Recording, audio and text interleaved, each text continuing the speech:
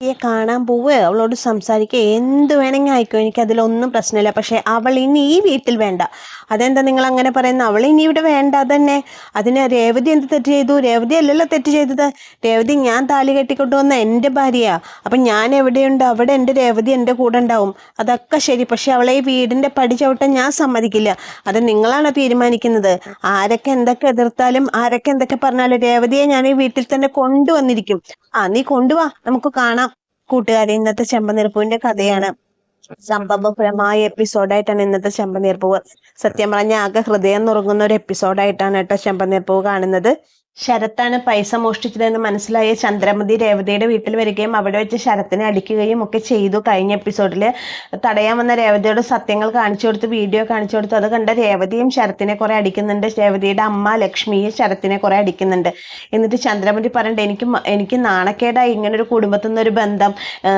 ഞാനൊരു കാര്യം പറയാം, ഇനി നീ എൻ്റെ വീട്ടിൽ കയറി പോകരുതെന്ന് പറയാണ് രേവതിയോട്. അപ്പൊ രേവതി അമ്മയെ വിളിക്കുമ്പോ, അമ്മയോ? ആരുടെ അമ്മ? ഇനി മേലെ നീ എന്നെ അമ്മ എന്ന് വിളിച്ചു പോരുത്. ഇനി നീ എന്നെ അമ്മ എന്ന് വിളിക്കുകയാണെങ്കിൽ നിന്നെ ഞാൻ ചെവിടടിച്ച് പൊട്ടിക്കുന്ന പറയാണ് ചന്ദ്രമതി രേവതിയോട്. അങ്ങനെ ഒരു ചന്ദ്രമതി പ്രതികാര ദുർഗിയായിട്ടാണ് അവിടെ പെരുമാറുന്നത്. ഇതൊക്കെ കണ്ട് മനസ്സിൽ നല്ലോണം സന്തോഷിച്ച് ഊറിയ ചിരിയോട് കൂടിയിട്ടുള്ള മുഖത്തോടു കൂടി നിൽക്കുകയാണ് നമ്മുടെ വൃത്തികെട്ട സ്വഭാവമുള്ള ശ്രുതിയുടെ മനസ്സ് ഇത്രയും വൃത്തികേടാണ്, ഇത്രയും ഒരു ഫ്രോഡാണ് ശ്രുതി എന്ന് നമുക്ക് ആ എപ്പിസോഡിൽ നിന്ന് മനസ്സിലാവും. രേവതി കരഞ്ഞു പറയുന്നുണ്ട്, അമ്മയെ ഞാൻ പറയുന്നതൊന്ന് കേൾക്കുന്ന പറയുന്നത്. പക്ഷെ ചന്ദ്രമതി സമ്മതിക്കില്ല. ഇനി മേല നീ എൻ്റെ വീട്ടിലേക്ക് കടന്നു വരുത്. നീ എൻ്റെ മോൻ്റെ മരുമോളും അല്ല, നീയായിട്ടൊരു ബന്ധം, ഈ കുടുംബവുമായിട്ടൊരു ബന്ധം എനിക്ക് വേണ്ട. ഇനി നീ ഇവിടെ തന്നെ നിന്നാൽ മതി. നീ ചന്ദ്രോദയത്തിന്റെ പടിക്കലേക്ക് കാല് കുത്തിപ്പോരുത് എന്നൊക്കെ പറഞ്ഞിട്ട് രേവതിക്ക് വാണിംഗ് കൊടുക്കാണ്. അത് കഴിഞ്ഞിട്ട് ശരത്തിന്റെ അടുത്ത് വന്നിട്ട് പറയാൻ, ഇങ്ങോട്ട് വാടാ, നിനക്കുള്ള ഞാൻ തരാം, നിന്നെ ഞാൻ പിടിച്ച് പോലീസിൽ ഏൽപ്പിക്കും. അങ്ങനെ ശരത്തിന്റെ ഷർട്ടിൽ പിടിച്ച് വലിച്ച് ചന്ദ്രമതി പുറത്തേക്ക് കൊണ്ടുവരാണ്. വലിച്ചയച്ചു കൊണ്ടുവരുമ്പോൾ ചന്ദ്രമതിയോട് പറയുന്നുണ്ട്, അയ്യോ അരുത് പറയുന്നുണ്ട്. ലക്ഷ്മി രേവതിയും ശരത്ത് പറയുന്നുണ്ട്, ആന്റി എന്നെ വിടുന്ന് ശരത്ത് പറയുന്നുണ്ട്.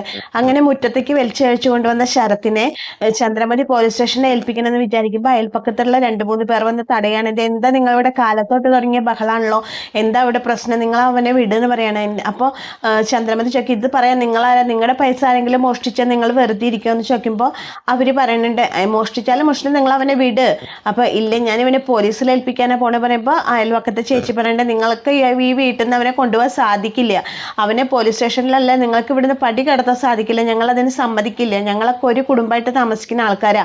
നിങ്ങൾക്ക് വേറെ എന്തെങ്കിലും പറയാണ്ട് നിങ്ങൾ സ്റ്റേഷനിൽ പോയി പറയുക, എന്താ ചായക്കോ. പക്ഷെ ശരത്തിനെ കൊണ്ടുപോകാൻ ഞങ്ങളെ സമ്മതിക്കില്ല എന്ന് പറയണം. അത് കേൾക്കുമ്പോൾ ചന്ദ്രമതി പറയും, ശരി ഓക്കെ, ശരത്തിനെ ഞാൻ കൊണ്ടുപോകുന്നില്ല, പക്ഷെ എനിക്കറിയാം ഇവനെ എന്താ ചെയ്യേണ്ടത്, നിന്നെ ഞാൻ കാണിച്ചു തരാടാവട്ടെ. ശരത്തിനെ പിടിച്ച് തള്ളിയിട്ടിട്ട് ചന്ദ്രമതി ശ്രുതിയെയും കൂട്ടിയിട്ട് അവിടെ നിന്ന് ദേഷ്യത്തോടു കൂടി പോവാണ്. ചന്ദ്രമതി പോയതിന്റെ പിന്നാലെ ശരത്തിന്റെ അമ്മ ലക്ഷ്മി വന്ന് ശരത്തിനെ മുറ്റത്തിട്ട് തല്ലാണ്. എന്തിനാണ് ഇത്രയും വലിയൊരു അപമാനം നീ ഞങ്ങൾക്ക് തന്നത്? ഇതിലും ഭേദം നീ ഞങ്ങളെ കൊല്ലുകയല്ലേ ഉണ്ടായിരുന്നു.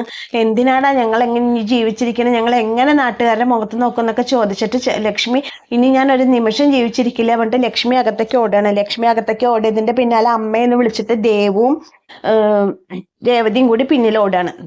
അപ്പൊ ഇത് കാണുമ്പോ ശരത്ത് കരഞ്ഞിട്ട് ദൈവമേ എന്ന് വിളിച്ചിട്ട് ഉമ്മർത്ത് വന്നിരിക്കുന്ന സമയത്ത് ശരത്തിനെ കൊണ്ടുപോകാൻ തടഞ്ഞ ആ ചേച്ചി വന്നിട്ട് ശരത്തിനോട് പറയാം, ശരത്തെ നീ ചെയ്തത് സത്യമാണെന്നുണ്ടെങ്കിൽ വളരെ മോശമായി പോയി. നീ നിന്റെ അമ്മയ്ക്ക് ഏറ്റവും വലിയ വേദനയാണ് കൊടുത്തേക്കണെന്ന് പറഞ്ഞിട്ട് അയൽവക്കക്കാരൊക്കെ പിരിഞ്ഞു പോവാണ്. അപ്പൊ ശരത്ത് ഇങ്ങനെ ചെറിയ കുട്ടികളെ പോലെ ഇരുന്ന് കരയാണ്.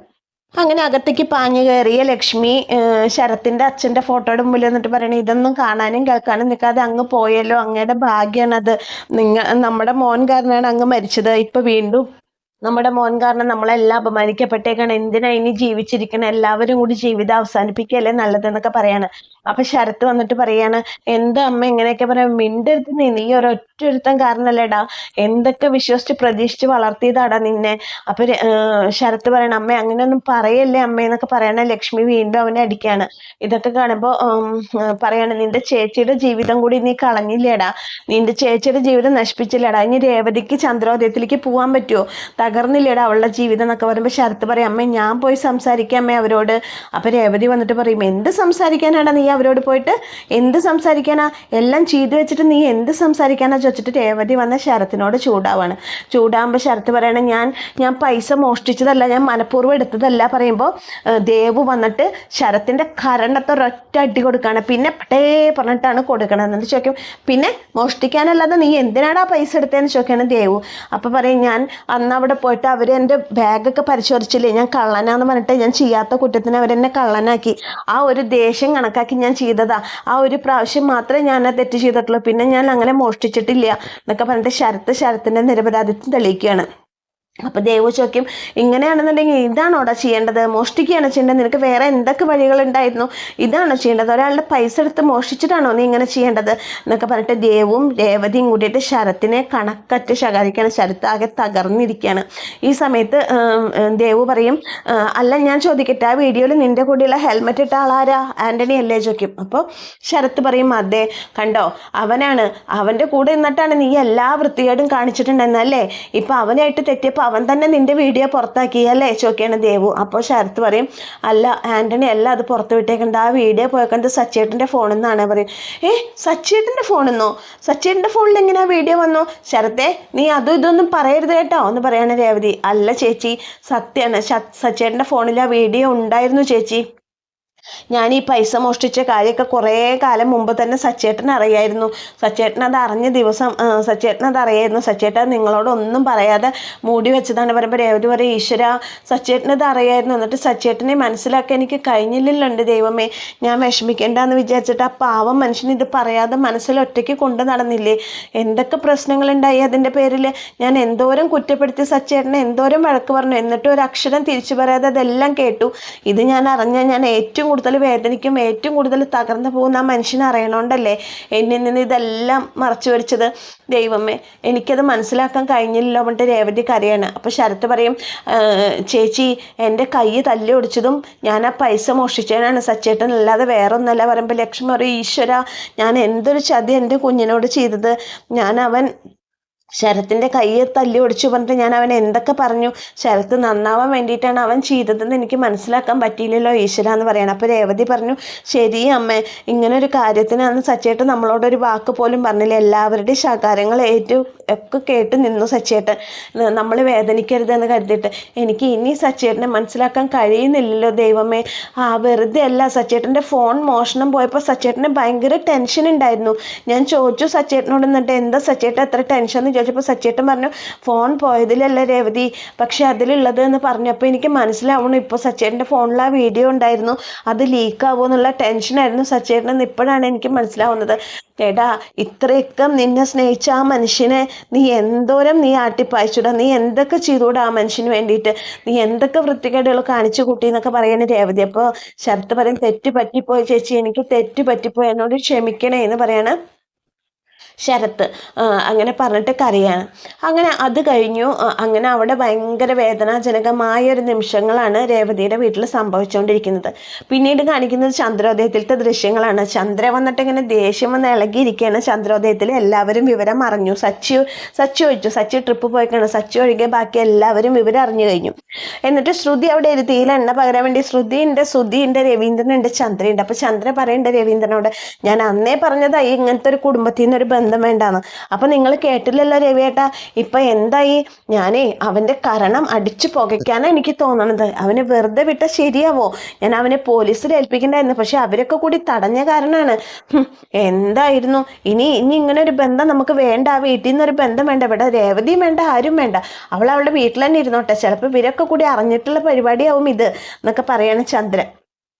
അപ്പോൾ രവീന്ദ്രൻ ഇതൊക്കെ കേട്ടിട്ട് മിണ്ടാതിരിക്കണം. അപ്പോൾ ശ്രുതി പറയാണ്, എന്താ എനിക്ക് തോന്നുന്നത് ഇവരുടെയൊക്കെ പ്ലാനിങ് ആവും എന്നാ തോന്നണം അമ്മേ, ഇവരെല്ലാവരും കൂടി ഒത്തിട്ടാവും. ആയിരിക്കും, നല്ല അഭിനയം കാഴ്ചവെച്ചേക്കല്ലേ എല്ലാവരും കൂടിയിട്ട് എന്നൊക്കെ പറയാണ് രവീന്ദ്രനോട് ചന്ദ്രയും ശ്രുതിയും ഒക്കെ കൂടിയിട്ട്. അപ്പോൾ ശ്രുതി വന്നിട്ട് പറയുന്നുണ്ട്, അതെ ആൻറ്റി ചോറ് വിളമ്പട്ടെ? എന്തിനാ ചോറ് വിളമ്പണേ? ആൻറ്റി ഭക്ഷണം കഴിക്കാൻ വാ, ഞാൻ എന്തേലും എടുത്തരാം. ആൻറ്റി വളരെ ടയേർഡാ പറയുമ്പോൾ എനിക്ക് എങ്ങനെ ഭക്ഷണം ഇറങ്ങും? വയറ് നിറഞ്ഞിട്ടല്ലേ ഇരിക്കണേ, ഇതിലും ഇത് എന്ത് നാണക്കേടായി കുടുംബം കുടുംബത്തിൽ വരാനുള്ളത്? എങ്ങനെ ഇനി നാട്ടുകാരുടെ മുഖത്ത് നോക്കുക? ഓ, എനിക്കതൊന്നും ആലോചിക്കാൻ കൂടി വയ്യ, എനിക്ക് ഇത്രയും അപമാനം ഞാൻ ജീവിതത്തിൽ സഹിക്കേണ്ടി വന്നിട്ടില്ല എന്നൊക്കെ പറയണം. അപ്പൊ ഇതൊക്കെ കേട്ട് നിസ്സഹായനായിട്ടിരിക്കുകയാണ് രവീന്ദ്രൻ. അപ്പൊ ശ്രുതി പോയിട്ട് പറയും, അങ്കളെ വാച്ചു ഭക്ഷണം കഴിക്കാന്ന് പറയുമ്പോൾ രവീന്ദ്രൻ പറയും, മനസ്സ് നിറഞ്ഞു.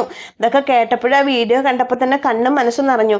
ഇനി എന്തിനാ ഭക്ഷണം എന്നൊക്കെ പറയുമ്പോൾ ശ്രുതി പറയും, ഓ, നിങ്ങളൊന്നും കഴിക്കില്ല എന്നുണ്ടെങ്കിൽ പിന്നെ ഇപ്പം ഞാൻ എങ്ങനെ കഴിക്കുക, എനിക്കും വേണ്ട. പണ്ട് ശ്രുതി ഇങ്ങനെ മനസ്സോടുകൂടി ആഹ്ലാദിച്ചിട്ടാണ് അവിടെ ഇരിക്കുന്നത്. അപ്പൊ ശ്രുതി വിചാരിക്കുകയാണ്, ഈശ്വര, ആരും ഭക്ഷണം കഴിക്കില്ലേ, എനിക്കാണെങ്കിൽ വിശന്നിട്ടും വയ്യ, ഇനിയിപ്പോൾ എന്താ ചെയ്യുക ഇങ്ങനെ ശ്രുതി ഇങ്ങനെ ആലോചിച്ചിരിക്കുകയാണ്. ഈ സമയത്താണ് ഒന്നും അറിയാതെ നമ്മുടെ പാവ സച്ചി ട്രിപ്പ് കഴിഞ്ഞിട്ട് തിരിച്ചു വരുന്നത്. സച്ചിയുടെ കാറ് വന്നു, എല്ലാവരുടെയും കണ്ണുകൾ സച്ചിയുടെ മുഖത്തേക്കാണ്. സച്ചി വന്ന് ഹാളിൽ കയറിയിട്ട്, അച്ഛാ, എന്താ അച്ഛാ അമ്പലം, കാണേണ്ട കാഴ്ച തന്നെ. എത്ര ആളുകൾ അച്ഛ അമ്പലത്തേക്ക് വന്നേക്കണേ, നമ്മുടെ നാട്ടിൽ നിന്ന് എത്ര പേര് അച്ഛ പോയേക്കണേ. ഞാൻ കുറേ പരിചയക്കാരെ കണ്ടു. പിന്നെ ഞാൻ പോയ ഫാമിലിയുടെ കൂടെ അവർ നിർബന്ധിച്ചിട്ട് ഞാനും അവരുടെ കൂടെ അമ്പലത്തിൽ കയറിയതേ. പ്രസാദം കൊടുക്കുന്നുണ്ട് അച്ഛാ. ഉണ്ണിയപ്പ എന്ന് പറയുമ്പോൾ രവീന്ദ്രൻ നോക്കണില്ല സച്ചിയുടെ മുഖത്തേക്ക്. അപ്പോൾ സച്ചി ചോദിക്കുക, എന്താ പറ്റിയ അച്ഛാ, ഇനിയിപ്പോൾ എന്ത് സംഭവിക്കാനോ അവിടെ, നീ ഒന്നും അറിഞ്ഞില്ലേ, എന്താ അച്ഛാ, എന്താ ഉണ്ടായി, എന്താ അച്ഛാ പറയും. അപ്പോൾ ശ്രുതി പറയും, ഒക്കെ അറിഞ്ഞിട്ടുണ്ടാവും അച്ഛാ, അറിഞ്ഞിട്ട് അറിയാത്ത ഭാവം നടിച്ചിരിക്കുക, ഇവൻ മിടുക്കനല്ലേ അഭിനയിക്കാന്നൊക്കെ പറയാൻ. അപ്പൊ ശ്രുതിയുടെ അടുത്ത് വന്നിട്ട്, സച്ചി നിറ ഉണ്ണിയപ്പം എടുത്തരാന്ന് പറയാണ് ശ്രുതിയോട്. എനിക്ക് നിന്റെ ഉണ്ണിയപ്പം ഒന്നും വേണ്ട, ഞങ്ങൾ അല്ലെങ്കിൽ തന്നെ എല്ലാം മനസ്സ് നിറഞ്ഞിട്ടിരിക്കണേ, എന്താടെ ഉണ്ടായി, എന്താ കാര്യം പറന്ന് പറയാണ്. നീയേ വലിയ കശയിൽ ഞാൻ പാർക്കിൽ കിടന്നുറങ്ങണതൊക്കെ വീഡിയോയും ഫോട്ടോയും ഒക്കെ എടുത്തിട്ട് ഇവിടെ സിനിമ ഷൂട്ടിംഗ് ആയിരുന്നില്ലേ നീയെ, നിനക്കൊരു ഷൂട്ടിംഗ് കാണണ്ടേ നിനക്ക്, വാ ഞാൻ കാണിച്ചു തരാന്ന് പറയും. കാണിച്ചു തരാൻ പറയുമ്പോ സച്ചി അതിനു മുമ്പ് രേവതിയെ ഇങ്ങനെ കിടന്ന് വിളിക്കുന്നുണ്ട്. അപ്പൊ ചന്ദ്രമതി പറയും, അവളെ വിളിക്കണ്ട, ഓ ഭാര്യയ്ക്കുള്ള ഹൽവയും കൊടുക്കുന്നുണ്ടാവില്ലേ ഉണ്ണിയപ്പത്തിന്റെ കൂടെ. ചോദിക്കുമ്പോൾ ഇല്ല, ഞാൻ ഹൽവയൊന്നും കൊടുത്തിട്ടില്ല, ഉണ്ണിയപ്പം മാത്രമേ കൊടുത്തിട്ടുള്ളൂ. അപ്പൊ രേവതിയോട് ചോദിക്കുമ്പോൾ അവളുടെ വീട്ടിലാന്ന് പറയും. അതെന്താ അവളിനി ഇങ്ങോട്ട് വരുന്നില്ല എന്ന് പറയും ചന്ദ്രമതി.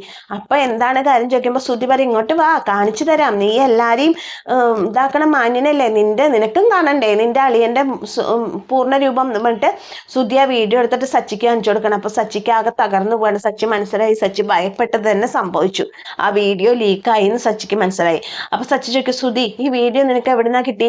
അത് എനിക്ക് മാത്രമൊന്നല്ല, ഇതിപ്പോ ലോകത്തുള്ള എല്ലാ ജനങ്ങളുടെയും കയ്യിൽ കിട്ടിയിട്ടുണ്ട്, ഫുള്ള് വൈറലാണ് ഇപ്പൊ ഈ വീഡിയോ, നിന്റെ അളിയനാണ് താരം, നാണുണ്ടോടാ, അല്ല എല്ലാവരും കൂടി ഒത്തിട്ടുള്ള നാടകമാണോന്ന് ആർക്കറിയാം എന്നൊക്കെ പറയണം. അപ്പൊ സച്ചി അവിടുന്ന് എഴുന്നേക്കാം, നീ എവിടെ പോണു പറയും, ഞാൻ രേവതിയുടെ വീട്ടിൽ പോവാണ് പറയാണ്. രേവതിയുടെ വീട്ടിൽ പോക്കോ, അവളെ കണ്ടോ സംസാരിച്ചു, പക്ഷെ അവളെ കൊണ്ട് ഇങ്ങോട്ട് വരരുത് പറയണ ചന്ദ്രമതി. അതെന്താ, അവളിനി ഈ പടി ചവിട്ടണ്ട, അവളിനി ഇങ്ങോട്ട് വരും വേണ്ട, ആ കുടുംബമായിട്ട് യാതൊരുവിധ ബന്ധം വേണ്ട, നീ പോവുക സംസാരിക്കേ എന്ത് വേണിച്ചായിക്കോന്ന് പറയുമ്പോ സച്ചി പറയും, ഞാൻ പോയിട്ട് രേവതിനെയും കൂട്ടിയിട്ട് വരും, ഒരാളും ഇവിടെ കൂട്ടിയിട്ട് വരണ്ട, രേവതിനെ കൊണ്ട് നീ പടി കടക്കില്ല സച്ചി, ഞാൻ സമ്മതിക്കില്ല അവളെ ഇവിടെ കയറ്റാൻ പറയുമ്പോ സച്ചി പറയും, രേവതിയുടെ ഭാഗത്ത് ഒരു തെറ്റുമില്ല, അവൾ അറിഞ്ഞുകൊണ്ട് ഒരു തെറ്റും അവള് ചെയ്തിട്ടില്ല, അവള് സച്ചിയുടെ ഭാര്യ, സച്ചി താലി കെട്ടിയ ഭാര്യ, സച്ചി അവളെന്നെ താലി കെട്ടിയിട്ടുണ്ടെങ്കിൽ സച്ചി എവിടെ നിൽക്കണം അവിടെ രേവതി ഉണ്ടാവും, ഞാൻ രേവതിയെ കൊണ്ട് ഇങ്ങോട്ട് വരൂ പറയാണ് സച്ചി. അപ്പൊ ചന്ദ്രമതി പറയാം, ആ ശരി നീ ഇങ്ങോട്ട് കൊണ്ടുപോവാ, ഒന്ന് കാണാൻ നമുക്ക്, രേവതിനെ ഇങ്ങോട്ട് കയറ്റേണ്ട കാര്യം ഞാനല്ലേ തീരുമാനിക്കുന്നത്, നീ എവിടെ കൊണ്ടുവന്നാലും അവളെ ഞാൻ ഈ പടി ചവിട്ടിക്കില്ല എന്ന് പറയാണ് ചന്ദ്രമതി സച്ചിയോട്. അപ്പൊ ഇതൊക്കെ കേട്ടിട്ട് ഒന്നും പറയാനാവാതെ നിൽക്കാണ് രവീന്ദ്രൻ പറയണ സച്ചിയോട്, എടാ എനിക്ക് നിന്റെ അമ്മ പറയുന്നത് കേട്ടിട്ട് ഭയങ്കര ദേഷ്യം വന്നു, പക്ഷെ എനിക്ക് തിരിച്ചു പറയാൻ യാതൊരുവിധ മറുപടിയില്ല, ഇതിനൊക്കെ ഞാൻ എന്താ പറയാ, തെണ്ടിത്തരല്ലേ അവൻ ചെയ്തത്, അവൻ എന്ത് വൃത്തികേടാ കാണിച്ചേക്കണത് എന്നൊക്കെ പറഞ്ഞിട്ട് രവീന്ദ്രൻ അടക്കം അവരെ കുറ്റപ്പെടുത്താണ്. പക്ഷെ സച്ചി രേവതിയെ കൊണ്ടേ വരൂ എന്നുള്ള വാശിയിൽ സച്ചി രേവതിയെ കൂട്ടാൻ വേണ്ടി പോയേക്കാണ്. ഈ സമയത്ത് ശ്രുതി വിചാരിക്കണം, ഇങ്ങോട്ട് കൊണ്ടുപോവാ അപ്പൊ കേറ്റു അമ്മ എന്നൊക്കെ വിചാരിക്കുന്ന സമയത്ത് പക നിറഞ്ഞ മനസ്സോടുകൂടി ചിരിച്ച മുഖത്തോടുകൂടി ഇരിക്കുന്ന ഒരു വൃത്തികെട്ട കഥാപാത്രം ഉണ്ട് അവിടെ, അത് വേറെ ആരുമല്ല, നമ്മുടെ ശ്രുതിയാണ്.